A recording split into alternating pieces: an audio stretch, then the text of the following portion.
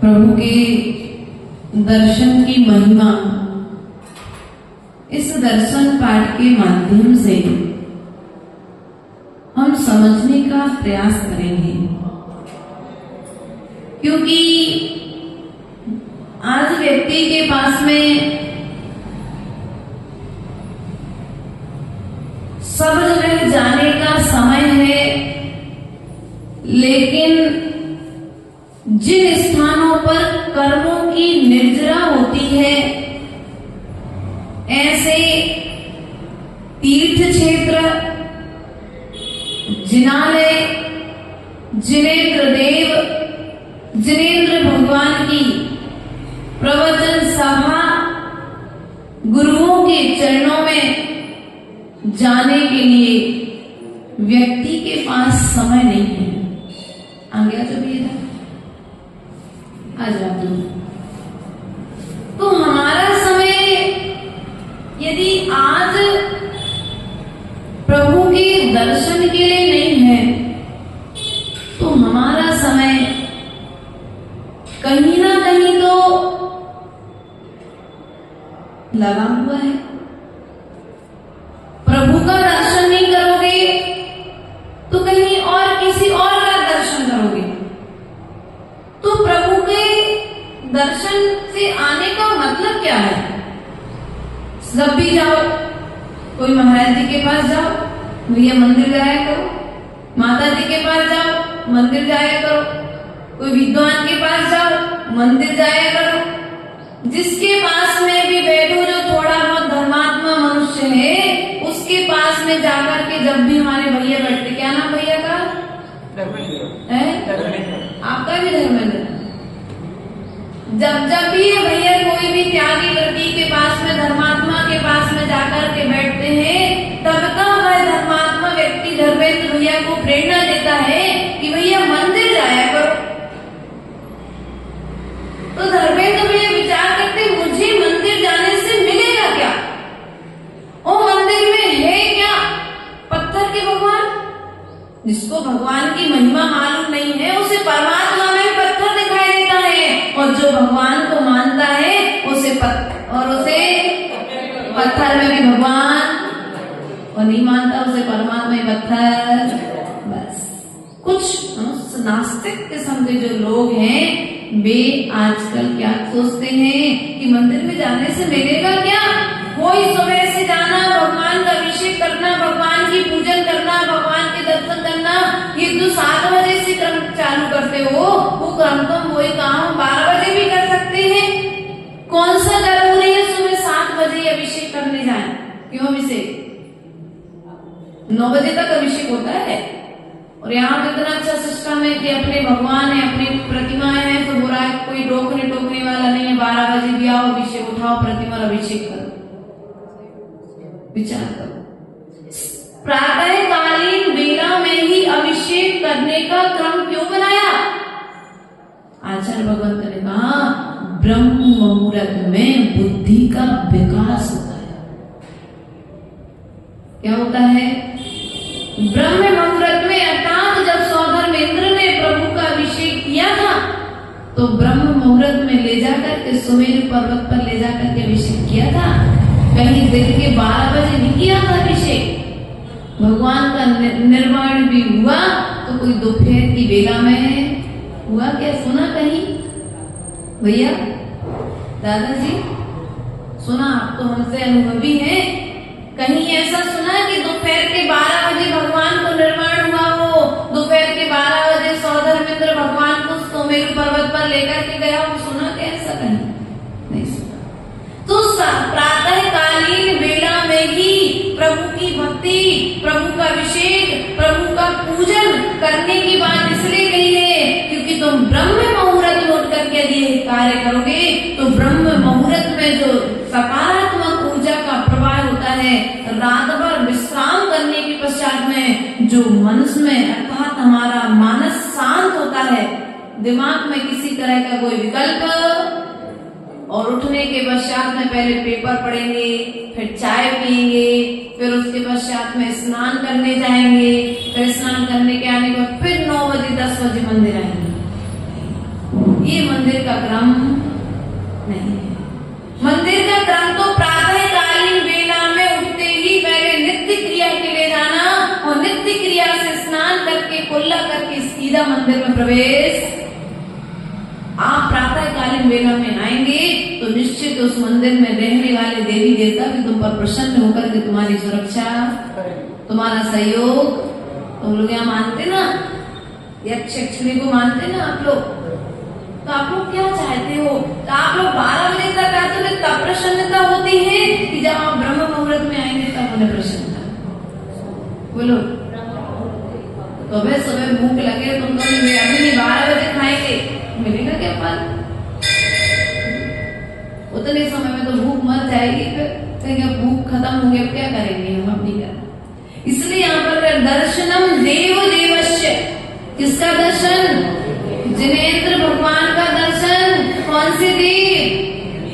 स्वर्ग वाले देव नहीं, बोलो तो कौन से देव?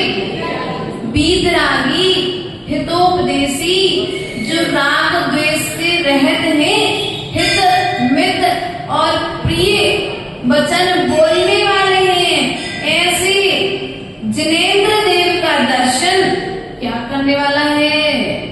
बोलो तो दर्शनम पाप नाश। किसका नाश करने वाला है? किसका नाश करना? आपको। आपने आज तक तो जोड़ करके क्या रखा?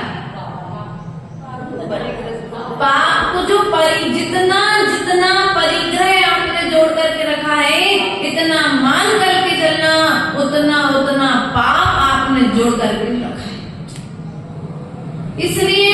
परिग्रह का त्याग करो, पाप का त्याग अपने आप स्वतः ही हो जाएगा। क्योंकि परिग्रह बढ़ेगा तो पाप बढ़ेगा, क्योंकि परिग्रह रहेगा तो उसे संभालना पड़ेगा, उसकी सुरक्षा करनी पड़ेगी। यहाँ तक आचार्यों ने शिष्यों के लिए भी परिग्रह कह दिया। क्या इन शिष्यों के लिए भी परिग्रह कह दिया? क्यों? यदि इन शिष्यों से साधु को राग हो जाए तो शिष्य भी परिग्रह है, और ये शिष्य रूप परिग्रह भी तुम्हें कर्म बंध का कारण है। इसलिए जिनेंद्र देव का दर्शन किसका नाश करने वाला है? पापों का नाश करने वाला है। दर्शनम स्वर्ग सोपानम, दर्शन जिनेंद्र देव का जो दर्शन है वह स्वर्ग का सोपान कराने वाला है, अर्थात स्वर्ग की सीढ़ी है। क्या है? स्वर्ग किस किस को जाना है?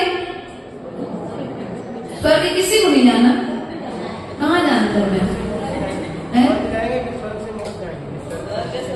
स्वर्ग से पहले वहां 32 रानियों को सुख भोगत डालेंगे, क्योंकि एक एक देव की 32 रानियां फिक्स है। कुछ बाल ब्रह्मचारी भी है 5वें स्वर्ग आदि में, क्योंकि पंचम काल में 16वें स्वर्ग से आगे तो मनुष्य जा नहीं सकता है। अब 16 स्वर्ग में रहना, 5वें काल में जो 5वें जो स्वर्ग है, 5वें स्वर्ग में जो लोकांतिक देव आदि होते हैं वे बाल ब्रह्मचारी ही होते हैं, है ना। तो अपन को कौन सा देव बनना है? देवियों वाला देव बनना है कि बाल ब्रह्मचारी देव बनना है? लोकांतिक देव बनने का प्रयास करो। जो मुनिराज हैं यदि भी अपने ब्रह्मचारी की निर्दोष साधना कर रहे हैं तो आगम कहता है निश्चित ही वे जाकर के स्वर्ग में लोकांतिक देव बनेंगे। बाल ब्रह्मचारी देव ना उनके पास देवियां रहेंगी, ना उनके पास में कोई वैभव रहेगा, वे रहेंगे भी, उनके पास उनकी विधि आदि के साथ से रहेगा, लेकिन वे स्वाध्याय आदि में नहीं रहेंगे। उनका मन इधर उधर भटकने का है, संयम नहीं रहेंगे, संयमी नहीं रहेंगे, लेकिन फिर भी वे व्रती रह सकते हैं। वहां पर बाल ब्रह्मचारी लोकांतिक देवों का नाम सुना आप लोगों ने? जब पंच कल्याण हुआ था 4 साल पहले, भगवान को जब वैराग आया था तो स्वर्ग के देव आए थे भगवान की पालकी उठाने के लिए। तो स्वर्ग के देवों में और मनुष्यों में झगड़ा भी हुआ था। फिर कहा था कि जो संयमी है वही भगवान की पालकी उठा सकता है। तो पहले क्या हुआ था? 4 कदम के लिए मनुष्य चले थे पालकी लेकर के, और उसके पश्चात में फिर लोकांतिक देवों ने उस पालकी को अपने हाथों में ले लिया था। तो ऐसे लोकांतिक देव जो हैं वे बाल ब्रह्मचारी जो मुनिराज हुआ करते हैं, वे बाल ब्रह्मचारी मुनि जाकर के वहां पर लोकांतिक देव बनते हैं। इसलिए और सभी तरह के शुभ कार्य करते हैं लोकांतिक देव। इसलिए प्रयास और पुरुषार्थ करो कि स्वर्ग तो जाएं, लेकिन स्वर्ग में जाकर के स्वर्ग के विधि वैभव को देख करके, महलों को देख करके हम वहां पर लीन ना हो जाए। कि सबसे ज्यादा कठिन है कि वस्तु प्राप्त होने के पश्चात में उससे राग भाव से बची रहे। तुम्हारे लिए कोई नोटों का थान ला करके रख दे, अभिषेक कोई नोटों का थान ला करके तुम्हारे सामने रख दी, और यदि तुम्हारा अपरिग्रह, तुम्हारा परिग्रह व्रत है कि भैया इतने से ज्यादा पैसा मुझे नहीं रखना, लेकिन उस समय वो नोट का थाल देख करके क्या होगा परिणाम? उस समय तत्काल परिवर्तित हो जाते। कोई बात नहीं, मेरा नियम है, मैं अपनी पत्नी को रखवा देता हूँ। मेरा तो नियम है ना कि इतने से ज्यादा नहीं रखूंगा, लेकिन मेरी पत्नी तो रख ही सकती है। पत्नी का नियम है तो बच्चा तो रख ही सकता है, बच्चे का नियम है तो पोता रख सकता है। ये मायाजाली क्यों? हमारा त्याग है, जिसके भाग्य में होगा उसको मिलेगा, लेकिन मुझे चाहिए नहीं है। इसलिए जिनेंद्र भगवान का दर्शन जो है क्या है? स्वर्ग की सीढ़ी है। दर्शनम मोक्ष साधनम, जिनेंद्र भगवान का दर्शन मोक्ष का, बोलो तो मोक्ष का मोक्ष नहीं है। क्या है? जिनेंद्र भगवान का दर्शन मोक्ष का साधन है। मोक्ष साधन है। आज तुम्हारे पास जितनी वस्तुएं रखी हैं, जितनी वस्तुएं तुम्हारे आसपास में हैं, आचार्य गुरुदेव कहते हैं तुम प्रत्येक वस्तु को मोक्ष का साधन भी बना सकते हो और प्रत्येक वस्तु को नरक और निगोद का साधन भी बना सकते हो। अभी आपके ऊपर डिपेंड करता है कि आपको उस वस्तु को मोक्ष का साधन बनाना है कि आपको उस वस्तु को नरक और निगोद का साधन बनाना है। ध्यान रखना प्रिय बंधुओं, यहाँ पर आचार्य भगवान यही बात कह रहे हैं कि मोक्ष का साधन आपके पास में ये स्टील की डिब्बी रखी है ना? स्टील की डिब्बी में यदि राग हो गया, यदि राग हो गया, ये मेरी डिब्बी, इसे कोई छू नहीं ले, ये मेरी चटाई, ये मेरी टेबल, ये मेरी कुर्सी, ये मेरा स्टूल, तो मंदिर में रखे प्रत्येक वस्तु तुम्हारे लिए कर्म बंध का कारण है। मेरा शास्त्र, अरे ये शास्त्र मैंने रखा था, ये भगवान की प्रतिमा मेरे परिवार में विराजमान करवाई थी क्या? ये मंदिर मेरे बाप दादाओं ने बनवाया था। अहंकार क्या? अभी मैंने पूरे पढ़ा था, अहंकार का भाव न रखो, नहीं किसी पर क्रोध करो, देख दूसरों की बढ़ती को कभी न ऐसा भाव धरो। क्या किया? मंदिर में आए थे मोक्ष की यात्रा करने के लिए, मंदिर में आए थे कर्म बंध से बचने के लिए, गुरु के पास पहुंचे थे कर्म बंध से बचने के लिए, निर्बंध होने के लिए, शास्त्रों को स्वाध्याय सुन रहे थे कर्म की निर्जरा के लिए। लेकिन हुआ क्या? बोलो तो। अरे मैं तो यही रोज पूजा करने बैठता हूँ, कोई दूसरा बैठ के बताते फिर बताता हूँ। मैं कितने सालों से यही पूजन कर रहा हूँ, तुम यहाँ नहीं बैठ सकते। क्या किया? उतनी जगह का तुम्हें राग, मेरी जगह, मेरा स्थान, मेरी द्रव्य, मेरी पूजन, मेरे बर्तन, मेरी जिनवाणी, मेरा शास्त्र, जहाँ पर मेरा और तेरा चल रहा है, समझ लेना वहां पर कर्म का बंध चल रहा है। अब मंदिर में आने के पश्चात में भी सेठ साहब तो आप ही लगते हो। क्या नाम भैया का? निर्मल भैया। मंदिर में आने के पश्चात में भी यदि हमारे भीतर में राग द्वेष चलता रहा, ये जो स्टील की टेबल है ना, ये मैंने रखवाई थी क्या? मैंने रखवाई थी मेरे परिवार ने। ये जो चटाई आप लोग देख रहे हैं ना, मंदिर में कोई चटाई नहीं लेके आ रहा था, मंदिर की चटाइयां खराब हो गई थी, तो हम लोगों ने चटाई रखवाई थी। अब बहवाई, जो तिलक लगवाने की भावना आ गई ना, सम्मान की भूख लग गई कि हमने इतना सा दान दिया, उस दान की चर्चा हो जाए। क्या होगा? वो दान देने के बाद में भी दान कर्म निर्जरा का कारण नहीं बनेगा, वह दान भी तुम्हें कर्म बंध का कारण। इसलिए कहा है, एक हाथ दीजिए साथ लीजिए खाया खोया। यहाँ पर बोली लो तत्काल इधर मंदिर में दान करके क्या करो? ये जिनेंद्र देव का स्थान है।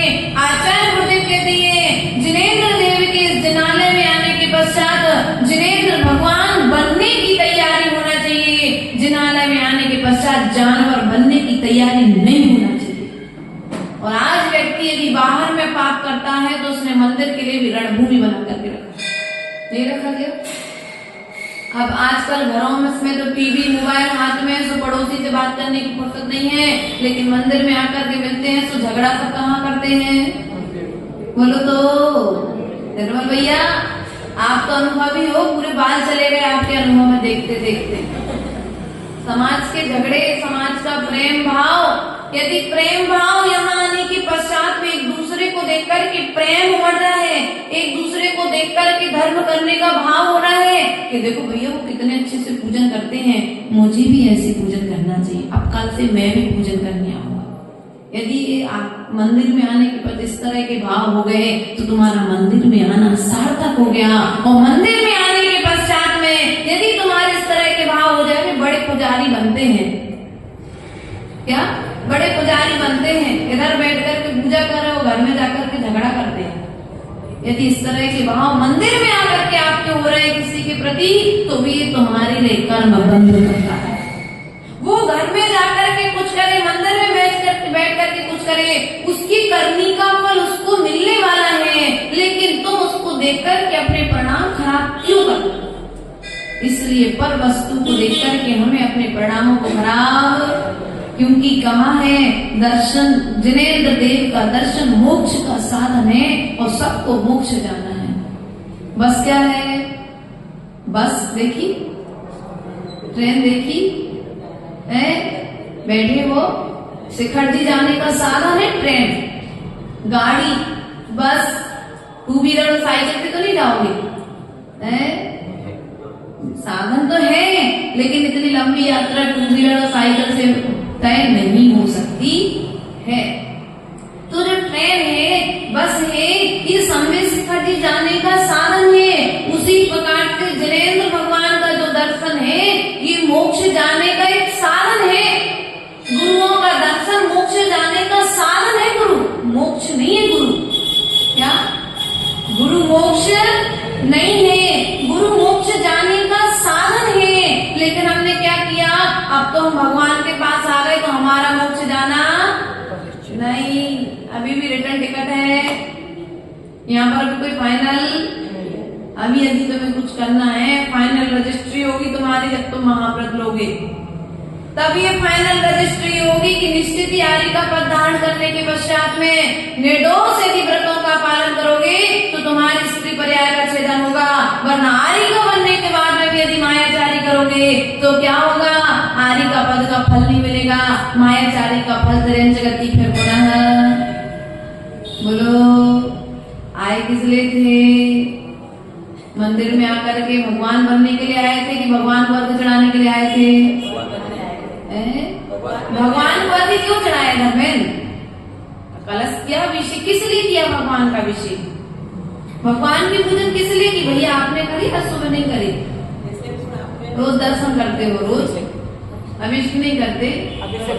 कर लिया, पूजा नहीं करते, पाप लग जाएगा ना, इसलिए थोड़ा ज्यादा धर्म हो जाएगा, ऐसा नहीं। आचार्य गुरुदेव सदा कहा करते थे 24 घंटे में कम से कम 15 मिनट तो प्रभु के चरणों में बैठ करके पूजन करनी चाहिए। अष्ट द्रव्य से पूजन की जो श्रावक का गुण है, तो श्रावक पर्याय में भी तुम कर लो भैया। स्वस्थ शरीर है, सब कुछ व्यवस्थाएं हैं, आपको धर्म के प्रति लगन है। लगन इसलिए बोला मैंने कि शाम को देखो तो भैया टाइम से पहुंचते हैं, अभी देखो तो प्रवचन के टाइम पर भैया टाइम से पहुंचते हैं। और ये आपको जो आज रुचि है ना, ये आज यदि रुचि पूर्वक तुम धर्म कर लोगे तो ये आज काम में नहीं आने वाला। ये जो पुण्य इकट्ठा करोगे ना, ये तुम्हें अंतिम समय में फल देगा। ध्यान रखना कि दादा बाबा लोग क्या करते, दिन भर जीवन भर पूंजी इकट्ठी करते हैं और अंतिम समय में उस पूंजी के बल पर पुत्र उनकी सेवा करता है कि नहीं करता है? वो पैसा भी सेवा करा रहा है और उन्होंने जो धर्म किया है, प्रभु की पूजा की है। मैंने देखा, मुझे याद है 80 साल की उम्र में मेरे दादाजी बाबा, तो 80 साल की उम्र हो गई, उस ठंड, कड़ाके की ठंड में भी मरण के 8 दिन 5 दिन पूर्व तक उन्होंने भगवान की अभिषेक पूजन की। वे कहते थे हमें अभिषेक पूजन के बिना रहाई नहीं पड़ती। तो संस्कार ऐसे बना लो कि अंतिम समय में भी तुम मरणासन अवस्था में भी पहुंच जाओ तो भगवान की अभिषेक की भावना हो, भगवान की वचन सुनने की भावना हो, भगवान का कलश उठाने की भावना हो। ऐसा पुण्य इकट्ठा करो। इसलिए प्रिय बंधुओं, क्योंकि आज शरीर अच्छा चल रहा है, फिर चलने वाला। हम लोग इतनी छोटी उम्र से पुरुषार्थ क्यों कर रहे हैं?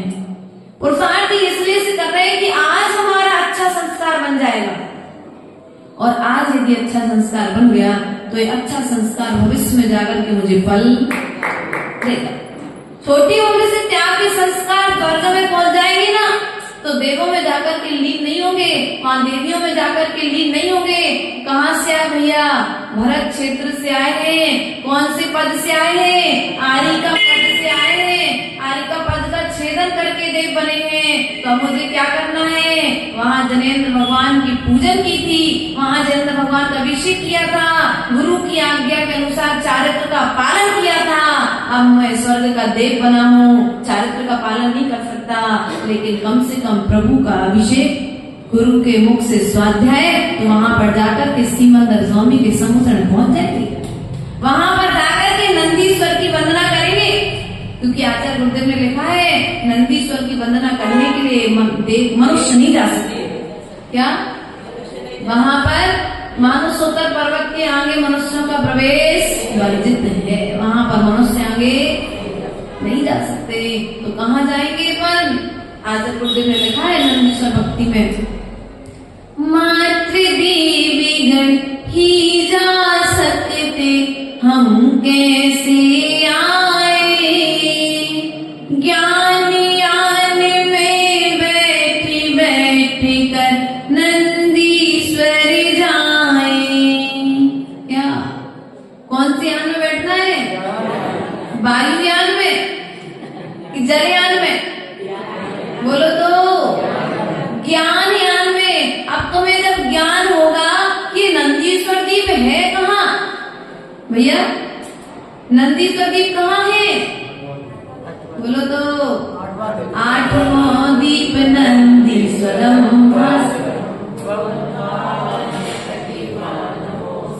याद आ गया? कौन सा द्वीप है? 8वां द्वीप नंदीश्वर द्वीप है। नंदीश्वर द्वीप में कितनी बावड़ियां हैं, कितने पर्वत हैं, कितने अंजनगिरी हैं, कितने दधिमुख हैं, कितने कालोदधि हैं? याद है? नहीं है। जब तुम यहाँ पर बैठ करके भाव पूर्वक वंदना करोगे, तब कहीं जाकर के वहां पर साक्षात वंदना कर पाओगे। और यहाँ पर वंदना नहीं करोगे तो वहां पर भी स्थान को ढूंढने में सक्षम भाव ही नहीं होगा। क्योंकि यहाँ पर ऐसा बताते हैं सुपार्श्वमती विशुद्धमती माता जी के और आरिका ज्ञानमती माता जी के ग्रंथ को जब हम लोग ने पढ़ा, जीवन चित्रण को पढ़ा, तो उसमें उन्होंने लिखा जब ज्ञानमती माता जी सामयिक करती थी तो सामयिक के काल में उन्हें पूरे जम्बू द्वीप की रचना दिखती थी। उन्होंने जो रचना बनाई है ग्रंथ बाद में पढ़े हैं, और उसके पहले उनके दिमाग में वो रचना पूरी आ चुकी थी। बाद में फिर जब उन्होंने त्रिलोक पढ़ी जैसे महान बड़े बड़े ग्रंथ पढ़े, तब उन्होंने देखा कि यही रचना तो रोज हमारे ज्ञान में आती है। तब फिर जाकर के उन्होंने उस रचना को क्रियान्वित करके हस्तिनापुर में जम्बूद्वीप की रचना की है। इसलिए संस्कार इतने अच्छे बनाओ कि तुम्हें मनुष्यों के नहीं, तुम्हें जिनेंद्र देव के दर्शन हो, और उन जिनालयों के दर्शन हो जिन जिनालयों के दर्शन तुम मनुष्य बनकर के नहीं कर सकते हो, स्वर्ग के देव बनकर के कर सकते हो। लेकिन ज्ञान के माध्यम से तुम सुमेरु पर्वत पर भी जा सकते हो, ज्ञान के माध्यम से तुम नंदीश्वर में भी जा सकते हो, ज्ञान के माध्यम से तुम सिद्धालय में भी जा सकते कि नहीं जा सकते। तुम्हारे ज्ञान की शक्ति तो देखो, तुम्हारे मन की शक्ति तो देखो कि तुम बैठे तो हो अभी मध्य लोक में, लेकिन ईसत प्रागभार नाम की सिद्ध शिला में बैठे भगवान के नमस्कार, उनके चरणों की वंदना कर सकते कि नहीं कर सकते। आचार्य गुरुदेव ने लिखा नंदीश्वर भक्ति में, एक अंजन गिरी चारों दधिमुख आठों रति कर पर, इस विधि ही प्रत्येक दिशा में 13 जिन मंदिर। कितने मंदिर है? एक दिशा में 13 मंदिर है। उन 13 मंदिरों में जो प्रतिमाएं हैं वे कितनी बड़ी बड़ी है? बोलो तो 500 धनुष ऊंची प्रतिमाएं, उत्तम प्रतिमाएं हैं। पत्थर की है, काय की है? रत्नों की प्रतिमाएं हैं। और उसके पश्चात में एक जिनालय में कितनी प्रतिमाएं हैं? 108 प्रतिमाएं हैं। एक जिनालय में 108 प्रतिमाएं। और यदि आज एक मंदिर में रख दें तो लोग कह रहे इतनी सारी प्रतिमाएं हैं। भैया देखो, तुम प्रभु विराजमान करोगे तो प्रभु बनोगे, जिनालय बनवाओगे तो जिनालय में जा पाओगे, तो जिनालय बनवाओगे नहीं, प्रभु की प्रतिमाएं रखवाओगे नहीं, तो कभी वो काम करने के वहां पर पहुंच भी नहीं पाओगे। इसलिए प्रयास और पुरुषार्थ करो, उस नंदीश्वर की रचना का बार बार मन में स्मरण करते रहो। पंचमेरु देखा आप लोगों ने? 5 मेरु यहाँ रचना बनी है कहीं यहाँ देखी? बस देखते तो रोज है माता जी, लेकिन भाव पूर्वक करते। एक सुमेरु पर्वत में कितने जिनालय हैं? एक पर्वत में कितने हैं? एक में 16। वैसे 5 में आकर के 80 हैं। उन 80 जिनालयों को कभी नमस्कार करते क्या है? पूजा करते, बस उसे 8 दिन कर ली, 10 दिन कर ली, पूजा हो गया, नमस्कार। बोलो इससे हो जाएगा कर्म की निर्जना? तुम तो रोज रोज भाव पूर्वक जब भी बने 458 जो आकृत्रिम चैत्यालय बताए गए हैं, उन 458 आकृत्रिम चैत्यालयों की वंदना करनी चाहिए। बिल्कुल सरल विषय है, क्योंकि हमें ज्ञान होगा। यहाँ पर कहा ना, ये मोक्ष का साधन है, लेकिन मोक्ष का साधन कब है? जब हमें उस साधन का ज्ञान होगा, तब तो होंगे मोक्ष के साधन। क्यों भैया? शक्कर मीठी है, ये ज्ञान होगा तब तो तुम उसकी मिठाई बनाओगे। और मालूम नहीं है शक्कर है कि खाद है, तो क्या करोगे? बाहर, अरे ये तो खाद आ गई। बेचारे भैया पूछने आए क्या है, शक्कर है खाद है? बोले भैया वो तो शक्कर थी। बोले हमने खाद समझ के फेंक दी। होगा ना कभी कभी। इसलिए प्रयास करो। ये दुर्लभ मनुष्य पर्याय मिली है, और दुर्लभ मनुष्य पर्याय में भी दुर्लभ तुम्हें मिला जिनेंद्र भगवान का दर्शन। हमने कहा था नरकों में भावना की थी, नरकों में तुम्हें आकर तुम चैत्यालय के दर्शन, जिनालय है नरकों के। प्रथम नरक में 7 करोड़ है। देखो इनको याद है कितने हैं, लेकिन ध्यान रखना आचार्य गुरुदेव कहते ये जो तुमने याद करके रखा है ना, उन आकृत्रिम चैत्यालयों की वंदना भी तो करो, नमस्कार भी तो करो। तुमने नमो लोए शब्द सावड़ा बोल दिया, नमो लोए नमो हरि हंताड़ा बोल दिया, अब तुमने नमस्कार तो किया, लेकिन किसको? जो दिख रहा है उनको कि जो नहीं दिख रहा है उनको भी? जो हो गए उनको नमस्कार कर रहे हैं कि जो होने वाले उनको भी नमस्कार कर रहे हैं? क्योंकि अपने यहाँ तो कहा एक सिद्धों की श्रेणी में आने वाला जिनका नाम है, जग के उन सब मुनिराजों को मेरा नम्र प्रणाम है, मेरा नम्र प्रणाम है, मेरा नम्र प्रणाम है। क्या कहा? तुम लोग जितने यहाँ बैठे हो ना, इस भजन में आप सबको भी नमस्कार कर दिया गया कि भविष्य के होने वाले कौन हो आप लोग? भविष्य के होने वाले भगवान आत्मा हो। इसलिए जैन दर्शन प्रत्येक जीव के गुणों की वंदना करता है। किसकी वंदना करता है? गुणों की वंदना करता है। ताने की वंदना नहीं करता, उसके सौंदर्य की वंदना नहीं करता, उसके वैभव की वंदना नहीं करता। यदि वंदना करता है तो मात्र उसकी गुणों की वंदना करता है। इसलिए ऐसे गुणग्राही जैन दर्शन में, जैन धर्म में तुमको जन्म मिला है, तो तुम्हें प्राणी मात्र में भगवान दिखना चाहिए, और भगवान दिखने के पश्चात में तुम्हें उसके सहयोग की भावना भीतर में आनी चाहिए। दर्शनम स्वर्ग सोपानम, दर्शनम मोक्ष। तुम्हें विश्वास नहीं है यार, सबसे बड़ी कमी एक है भैया धर्मेंद्र जी, विश्वास नहीं है। डॉक्टर की औषधि पर विश्वास है, माँ के हाथ की बनी रोटी पर विश्वास है, लेकिन जिनेंद्र भगवान की औषधि पर विश्वास। स्पष्ट कहा है दर्शनम पाप नाशनम, लेकिन फिर भी शंका है भीतर में। निर्मल जी, शंका आ गई, दर्शन करते करते पता नहीं पाप कट रहे कि नहीं कट रहे। दिख तो रहे नहीं है पाप कटे कि नहीं कटे। तो क्या करें?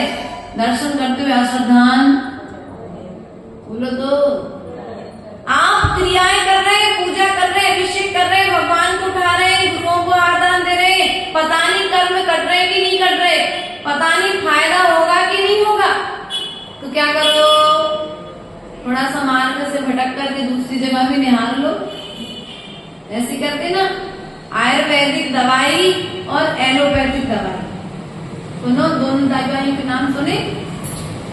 एलोपैथिक दवाई जो है वो रोग को दबा देती है और थोड़े समय के लिए रोग को शांत कर देती है और तुम्हें क्या लगता है रोग ठीक हो गया, लेकिन पुनः वही रोग कुछ दिन बाद फिर उदय में आता है। आप फिर एक गोली खाते हो, फिर ठीक हो जाता है, दवा दिया उसने। और हमारा जो आयुर्वेदिक है वो आयुर्वेदिक क्या करता है? बीमारी को बस जो जिनेंद्र भगवान का दर्शन है ना, वो उस जड़ को ही समाप्त कर देता है।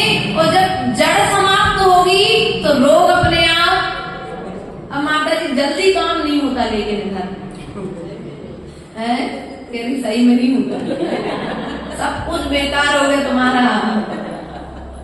ध्यान रखना, आयुर्वेदिक औषधि धीरे धीरे काम करती है, लेकिन रोग को जड़ से समाप्त करती है, रोग को पुनः तुम्हारे शरीर में प्रवेश नहीं करने देती है। उसी प्रकार से जिनेंद्र भगवान का दर्शन है, भले ही थोड़ा देर से काम होता है, लेकिन ऐसा काम होता है कि फिर द्वारा वह बीमारी बोलो तो वह पाप तुम्हारे जीवन में, उसका पाप का फल तुम्हारे उदय में आने वाला। लेकिन तुम लोग क्या सोचते हैं? तो देर से काम होता है, एक काम करो थोड़ा सा कहीं और अगरबत्ती, अरे नरियल, अरे कहाँ कहाँ नहीं जाते, सब मालूम है, सब कोई दूध के दूल्हे की बैठे। ध्यान रखना, कहाँ कहाँ भटक जाते हो तुम लोग, कहाँ कहाँ जाते हो बीत रात देवी की शरण छोड़कर के तुम अन्य की शरण में। और अन्य लोग सोचते हैं जिन्हें जैन दर्शन जैसा, जैन धर्म जैसा महान कोई धर्म नहीं है, जिसमें गुणों की पूजा की जाती है, जिसमें आचरण की पूजा की जाती है। जब वो लोग यत्र तत्र व्यवहार करते हैं ना, तो वो लोग बड़े देख करके हर्षित होते हैं। अन्य लोग, अन्य साधक मिल करके दर्शन करके प्रसन्नता को प्राप्त होते हैं। बोलते हैं धन्य है आपका साधना, एक टाइम भोजन पानी लेना, पैदल चलना, अंतराय आने पर भोजन छोड़ देना, अपने हाथों से बालों को निकालना, और उसमें भी शीत हो, गर्मी हो, ठंडी हो, किसी भी प्रकार के साधनों का उपयोग नहीं करना। क्या है जैन शास्त्रों में, जैन साधुओं की चर्या को देख करके अन्य जीव तो प्रफुल्लित होते हैं, और हमें मिला है सो हम मलिन हो जाते हैं। कितने साधु आ रहे हैं, परेशान हो गए। क्या करते माताओं, अभी साधु को देख करके मुख मलिन मत करना, नहीं तो दुर्गंधा के जैसे भोगने पड़ेंगे कष्ट। दुर्गंधा की कहानी सुनी, व्रत भी करते हो चंदन षष्ठी का, कैसा काम किया था उसने, उसका शरीर दुर्गंधित हो गया। ऐसी बहुत सारी कहानियां अपने ग्रंथों में आती। इसलिए कभी अरहंत देव की प्रतिमा को उस अंजना ने कुछ समय के लिए ईर्ष्यावश कुएं में डाला था। उस सीता सती ने कुछ सेकंड के लिए मुनिराज का अपवाद किया था, और अपवाद के फल से उसे भी भविष्य में। इसलिए ध्यान रखना, यदि तुम पापों को काटना चाहते हो तो जिनालय में आकर के तुम जिनेंद्र भगवान की प्रशंसा करो, जिनेंद्र भगवान से जुड़े धर्मात्मा की प्रशंसा करो, उनकी निंदा।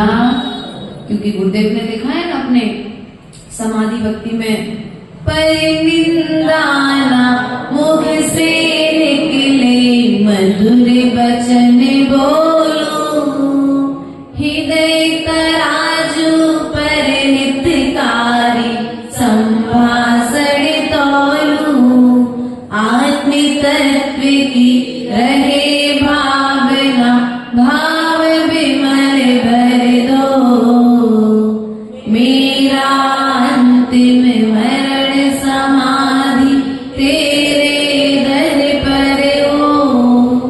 माता जी सब कुछ हो सकता है, लेकिन दूसरे की बुराई बहुत कठिन काम है। सुनना इतना आनंद आता है, दूसरे के घर में क्या चल रहा है सुनने में, दूसरे के संग में क्या चल रहा है सुनने में बड़ा आनंद आता है। पड़ोसी की बहू कैसी है, पड़ोसी का व्यापार कैसा चल रहा है, सुनने में आनंद आ जाता है। और उससे भी ज्यादा आनंद कब आता है, जब हम उसकी बुराई करते हैं। रसगुल्ले का स्वाद तो कम आता है, लेकिन दूसरे की बुराई करने में भी ज्यादा आनंद। बोलो तो अब बताओ क्या मिलेगा इसका फल। पर निंदा करने वाला, और तो और अन्य स्थान पर करो तो भी ठीक है। ये सब काम आप लोग करते कहाँ हो, मंदिर में या धर्म सभा में बीच बीच में। कभी कभार इनकी काना भूसी, कोई अच्छा वक्ता नहीं मिला इनको ऐसा साइलेंट करके बैठाने वाला, तो इनकी बातचीत बीच बीच में भी चलती रहती है। ध्यान रखना माताओं, ये मनुष्य पर्याय मिली है, दूसरों की बुराई करने के लिए नहीं मिली है, दूसरों की बुराई देखने के लिए नहीं मिली है। ये मनुष्य पर्याय स्वयं के पापों को कम करने के लिए और स्वयं की बुराई को देखकर उसे त्याग करने के लिए मिली है। इसलिए यदि तुम जिनेंद्र भगवान के भक्त हो कि नहीं हो, है भगवान के भक्त हो कि नहीं हो, डाउट है अभी भी कहते हैं। वो जो तेज के साथ होना कि जिनेंद्र भगवान के भक्त हैं। जिनेंद्र कौन है, जिन्होंने अपनी इंद्रियों को जीत लिया। किसको जीत लिया है, बोलो तो। अरे दूसरे को नहीं जीता उन्होंने अपने को स्वयं को जीता है। इसलिए वे जिनेंद्र भगवान हैं। और जिनेंद्र भगवान के चरणों में आए हो तो तुम स्वयं को जीतने का प्रयास करो, दूसरे पर विजय प्राप्त करने का पुरुषार्थ। और हम करते क्या है, अरे हमारे अनुशासन में सबको चलना चाहिए, जो आए वैसा होना चाहिए। तुमने अपने लिए घर से निकले हो, अपने सुधार के लिए तुम मंदिर में आए हो, सो अपने में सुधार करने का प्रयास करो। देखो कुम्हार जब चाक पर बैठता है तो चाक पर बैठकर चलते हुए चाक में वो अपने हाथों से घड़े को बनाता है और अपने हाथों से घड़े को मिटाता है? देखा नहीं देखा कभी? वो बाजू में रखे दूसरे चाक पर उसका पुत्र घड़ा बनाता है, लेकिन उसका ध्यान दूसरे के घड़े पर नहीं जाता। क्यों नहीं जाता? क्योंकि यदि वह दूसरे के घड़े को देखेगा तो अब भी उसका घड़ा, बोलो तो थोड़ा समझ में आई बात। हमारी स्थिति उस कुम्हार से भी गई गुजरी है। वो कुम्हार हमें शिक्षा दे रहा है कि भाई देखो मैं कितनी एकाग्रता से ये घड़ा बना रहा हूँ, मैं तुम्हारे टूटते मिटते चटकते घड़े को नहीं देख रहा हूँ। लेकिन इस मनुष्य की स्थिति ये है कि अपना घड़ा बने या नहीं बने, लेकिन हम दूसरे का घड़ा बनने, दूसरे को बुरा करने से हम पीछे, दूसरे की बुराई देखने से पीछे। बल्कि आंखें स्वयं की बुराई, स्वयं के दोषों को देखकर के त्याग करने के लिए मिली थी। सो इन आंखों से हमने अपनी बुराइयां तो नहीं देखी और दूसरों की बुराइयां देखकर के पाप का अर्जन, बल्कि पापों के विसर्जन के लिए मनुष्य पर्याय मिली है। भैया मान लो, क्या नाम आपका? निर्मल जी की बाजू में प्रदीप भैया की मनुष्य पर्याय किस लिए मिली? कभी विचार किया, कभी निर्णय किया कि मनुष्य पर्याय मुझे पापों के त्याग के लिए मिली कि पापों के अर्जन के लिए मिली है? जितना पैसा बढ़ रहा है ना प्रीतेश, उतना समझ लेना पाप बढ़ रहा है। गलत लगा कुछ? गलत तो नहीं बोल दिया मैंने? क्योंकि पैसा बढ़ेगा, इच्छाएं बढ़ेंगी, इच्छाओं के साथ साथ में फिर उस संपत्ति को संभालने के लिए तुम्हें 2 गार्ड लगाने पड़ेंगे। अच्छा मकान बना लो, फिर 2 गार्ड लगाओ, अच्छा खूब सोना चांदी इकट्ठा कर लो। इससे अच्छा सब जाए भगवान के चरणों में आकर के अपनी शक्ति के अनुसार जितना बने उतना त्याग कर दो। सो तुम्हारे टेंशन, बोलो तो टेंशन भगवान के चरणों में अर्पित करो ना, तो पाप से बच जाओगे। तुम्हें कोई गार्ड नहीं लगाना पड़ेगा। तुम्हारे पास संपत्ति ज्यादा है तो संपत्ति को दान के क्षेत्र में लगा दो, जितनी जरूरत उतना बचा लो, बाकी अपनी संपत्ति के 4 हिस्से करो भैया। एक स्वयं के उपयोग के लिए, एक बच्चों के लिए और एक भाग जिनालय के लिए और दूसरा भाग साधुओं की सेवा के लिए। 4 भाग एकत्रित करो। 4 प्रकार के जो दान बताए हैं ना, उस प्रकार से, क्योंकि आज ग्रस्त हैं आप लोग और गृहस्थी को भी चलाना है, और आप 2 भाग जब अपनी संपत्ति के दान के क्षेत्र में लगाएंगे तो फिर पाप का अर्जन होगा क्या? संपत्ति कभी बढ़ने वाली बढ़ेगी नहीं, इतनी इकट्ठी नहीं होगी कि तुम्हें 2 गार्ड लगाना पड़े घर के बाहर। इकट्ठी तो होगी और पुण्य का उदय होगा। सो संपत्ति जितनी जितनी तुम दान में लगाते जाओ उतनी उतनी तुम्हारी संपत्ति बढ़ती जाएगी। लेकिन लोगों की सोच क्या है, यदि दान धर्म करते रहे तो एक दिन तुम कंगाल हो जाएंगे। कभी कोई दान देने वाला कंगाल हुआ क्या आज तक? पाप करने वाले तो कंगाल होते देखे गए हैं, लेकिन दान करने वाले कभी दान करने वाला कभी भूखा नहीं मरता। लेकिन ध्यान रखना, जो दान जिन्होंने संपत्ति को एकत्रित कर करके रखा है, वो सेठ भी एक दिन उस खाट पर पड़े पड़े मरण को प्राप्त। उस सेठ को भी पानी पिलाने वाला कोई दूसरा। इसलिए पापों का विसर्जन यदि करना चाहते हो, पापों का नाश करना चाहते हो, क्या करना चाहते हो? नाश करना चाहते हो तो आचार्य भगवान के लिए पापों का नाश करना चाहते हो तो नशे का त्याग करो। इसका क्या करना है? नशा सुन, किस चीज का?